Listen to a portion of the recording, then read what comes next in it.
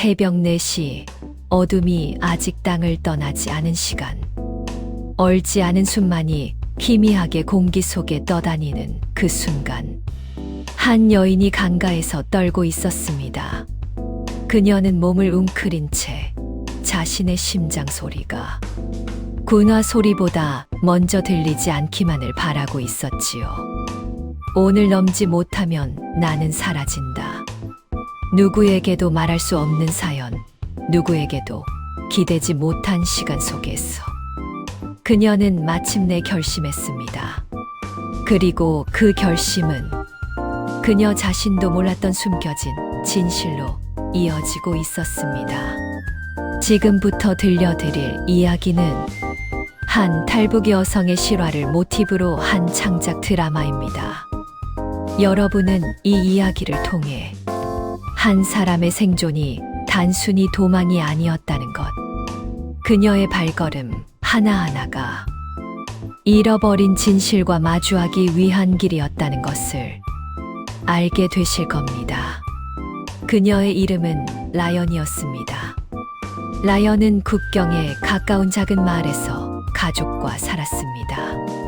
어머니는 이미 세상을 떠났고 아버지는 몸이 약해 제대로 서지도 못했습니다. 라연은 매일같이 농장에서 일하며 아버지에게 식사라도 제대로 챙겨주려 애썼습니다. 하지만 어느 겨울 마을의 뜻밖의 소문이 돌기 시작했습니다. 라연 남편, 그 사람 조사 중에 사라졌다더라. 그 집 조만간 뒤집힐 거야. 남편은 몇 달 전 국가 공장에서 일하다 어느 날 갑자기 사라졌습니다. 감시대는 원인을 밝히기 위해 남편이 접촉했던 사람들을 하나씩 추적했고 가장 먼저 향한 곳은 라연의 집이었습니다. 라연은 아버지를 겨우 부축해 벽에 기대게 하고 군인들의 질문을 반복해서 견뎠습니다. 남편이 마지막으로 뭐라고 했습니까? 누구와 자주 어울렸습니까? 외부와 연락 시도한 적 없습니까? 라연의 대답은 늘 같았습니다. 저는 모릅니다. 하지만 모른다는 말은 오히려 의심을 키웠습니다. 군인들은 집을 뒤지고 며칠 뒤에는 배급까지 끊었습니다. 하루가 갈수록 식량은 줄어들었고 아버지는 기침할 힘조차 잃어갔습니다. 그리고 어느 날 밤 문을 두드리는 소리가 들렸습니다. 군인 2명이 서 있었고 그들의 목소리는 바람보다 차가웠습니다. 남편과 관련된 새로운 정보가 필요하다. 다시 조사에 협조하라. 라연은 그 말을 듣는 순간 깨달았습니다. 이곳에 머무르는 순간 자신도 아버지도 살아남지 못한다는 것. 라연은 아버지를 두고 떠날 수 없었습니다. 하지만 아버지는 손을 잡아 끌며 말했습니다. 가라, 내가 붙잡고 있으면 너까지 죽는다. 살아서 너라도 새로운 길을 찾아라. 라연은 울음을 참고 아버지의 손을 이마에 대었습니다. 그 온기는 너무 약했고 마치 오래전부터 떠날 준비를 하고 있었던 사람 같았습니다. 밤이 깊어가고 라연은 마을을 나와 국경 근처 숲속으로 들어섰습니다. 사람들이 모여있는 작은 무리가 있었고 그들 속에서 어둠의 얼굴을 가린 여성이 다가왔습니다. 한국 가고 싶죠. 저를 따라오면 됩니다. 그녀의 이름은 설화였습니다.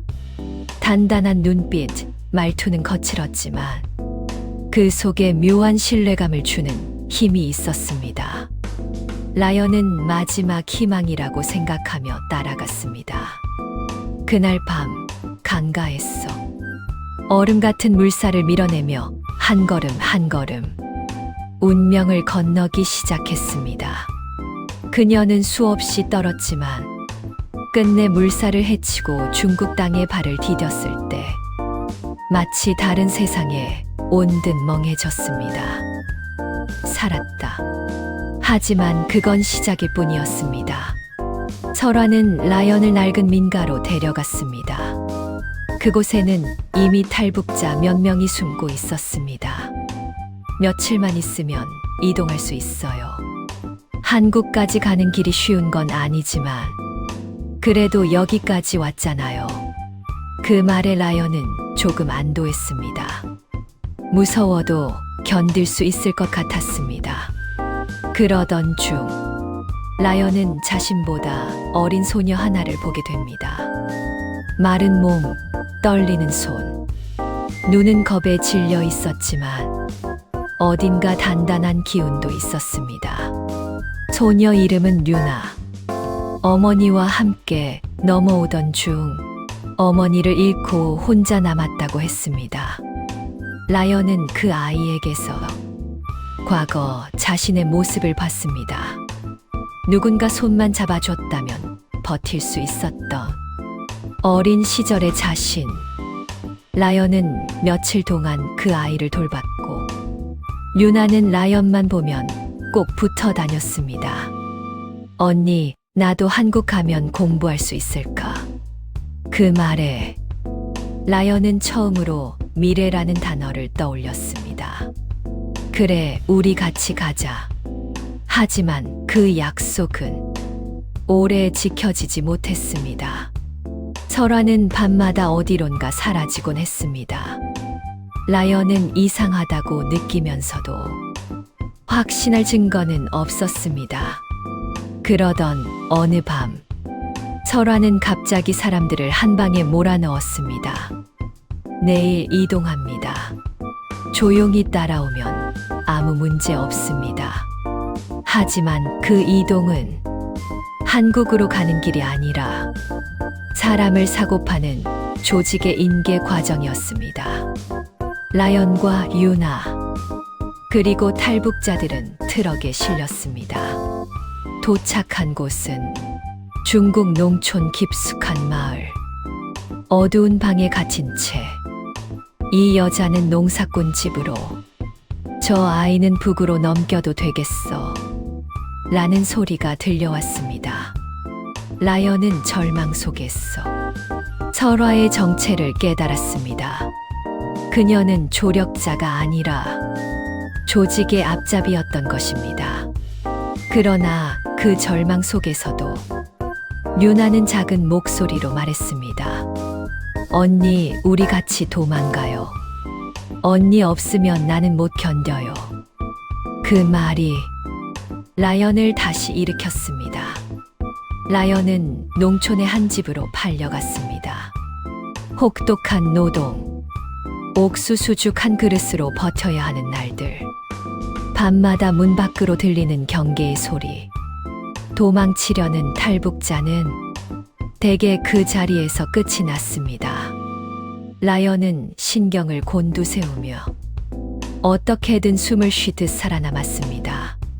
하지만 가장 고통스러웠던 건 자신과 함께 팔려온 류나가 점점 더 약해지고 있다는 사실이었습니다.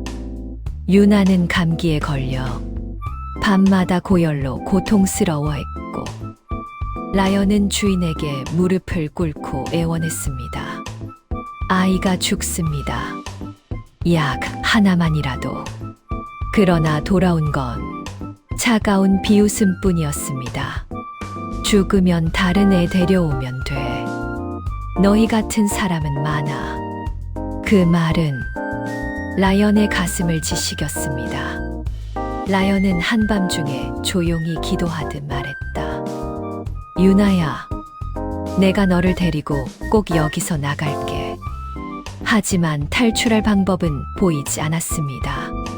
하루하루 유나는 뼈만 남아갔고 라연은 절망을 마주한 채 스스로도 무너져 갔습니다. 어느 새벽, 곡식 창고로 향하던 라연은 거기서 뜻밖의 사람을 보았습니다. 바로 설화였습니다. 라연은 몸이 굳었습니다. 분노가 끓어오르며 말을 내뱉었습니다. 왜 여기까지 와서 또 우리를 괴롭히는 거야? 그러나 설화의 표정은 전보다 훨씬 초췌해져 있었습니다. 라연, 미안해. 나는 그 조직에서 빠져나갈 수 없었어. 나도 잡힌 가족이 있었어. 명령을 어기면 내 동생이 죽어. 라연은 혼란스러웠습니다. 그러나 설화는 떨리는 손으로 작은 종이를 건넸습니다. 오늘 밤 이 길로 가. 여기서 멀지 않은 곳에 너희를 도와줄 사람이 있어. 라연이 의심 어린 눈으로 보자 설화는 깊은 숨을 내쉬며 말했습니다. 내가 잘못했어. 남은 인생은 갚으면서 살고 싶어.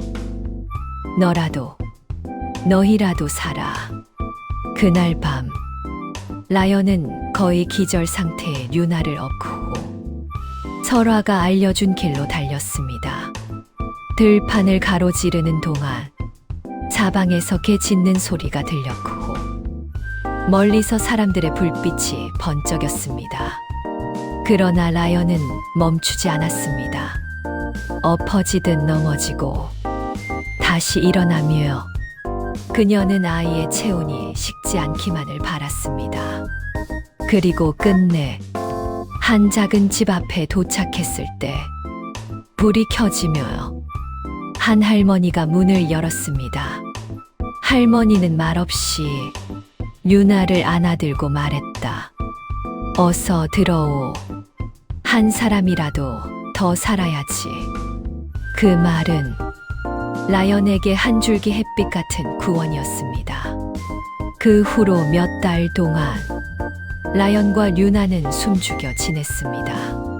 할머니는 살아갈 사람은 숨이 어디로든 길을 찾는다 라고 말하며 두 사람을 챙겼습니다. 그리고 마침내 믿을 수 없는 기회가 찾아왔습니다. 라연과 유나는 한국으로 갈 수 있는 길을 얻게 되었습니다. 그 여정은 길었고 수없이 숨고 뛰고 떨며 마침내 한국 땅에 도착했을 때 라연은 땅을 두 손으로 움켜쥐고 울었습니다. 살았다. 우리가 살았다. 몇 년 뒤 유나는 건강을 되찾고 공부를 시작해 어린아이들을 돕는 일을 하게 되었습니다. 라연은 작은 식당에서 일하며 자신의 삶을 조용히 읽어갔습니다. 남편의 실종 이유는 끝내 알 수 없었지만 할머니의 말처럼 숨이 길을 찾아 그녀는 결국 살아남았습니다. 그리고 어느 날 유나는 라연의 손을 꼭 잡고 말했습니다. 언니가 나를 살렸어요. 나도 언니 같은 사람이 되고 싶어요. 라연은 미소 지었습니다. 그 말 한마디가 지금까지 버텨온 모든 나를 따뜻하게 덮어주었습니다. 라연의 이야기는 도망의 기록이 아니라 희망을 되찾은 한 사람의 여정이었습니다. 그리고 지금도 그녀의 이야기는 누군가에게 속삭이고 있습니다. 포기하지 마라. 숨이 이어져 있다면 길도 이어져 있다. 구독과 좋아요는 저에게는 따뜻한 양식입니다.